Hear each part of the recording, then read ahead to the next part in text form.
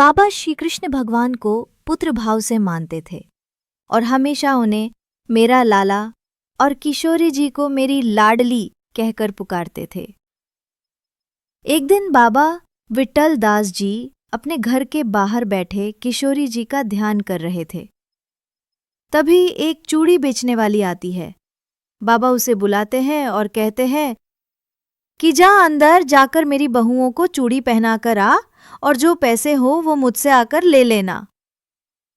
तब चूड़ी बेचने वाली अंदर चली गई और थोड़ी देर बाद बाहर आई और बोली, बाबा 8 रुपए हुए? बाबा ने पूछा, 8 रुपए कैसे हुए? चूड़ी बेचने वाली ने कहा, बाबा तुम्हारी 8 बहुएं थी और हर एक को मैंने 1 रुपए की चूड़ी पहनाई। लेकिन बाबा बोले, मेरे तो 7 बेटे हैं और उनकी 7 बहुएं हैं, फिर ये 8 बहुएं कैसे? चूड़ी बेचने वाली ने कहा, बाबा मैं तुझसे झूठ क्यों बोलूंगी? अब बाबा का ज्यादा बहस करने का मन नहीं था।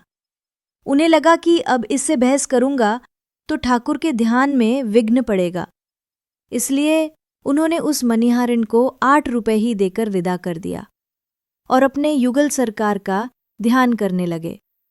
लेकिन उन्हें मन ही मन इस बात का दुख था कि चूड़ी बेचने वाली ने झूठ बोलकर उनसे ज्यादा पैसे ले लिए थे, क्योंकि पूरे गांव में बाबा जी से कोई भी झूठ ना बोलता था।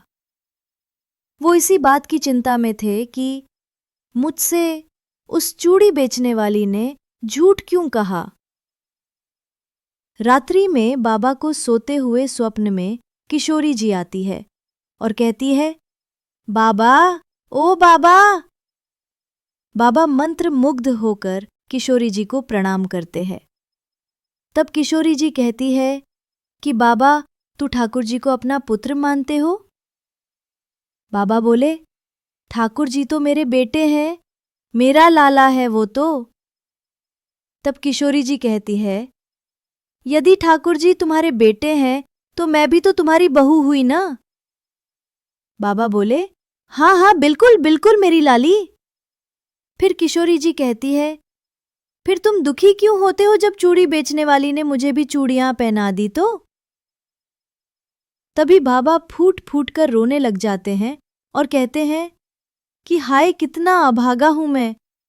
मेरी किशोरी जी ने खुद मेरे घर आकर पहनी और मैं पहचान भी ना पाया। तभी किशोरी जी अंतर्धान हो जाती हैं और बाबा की नींद खुल जाती है और फिर अगले दिन वो चूड़ी बेचने वाली उनके घर पर फिर से आती है और बाबा कहते हैं कि आगे से 8 जोड़ी चूड़ियां लेके आना और मेरी सबसे छोटी बहू के लिए नीले रंग की चूड़ियां लाना।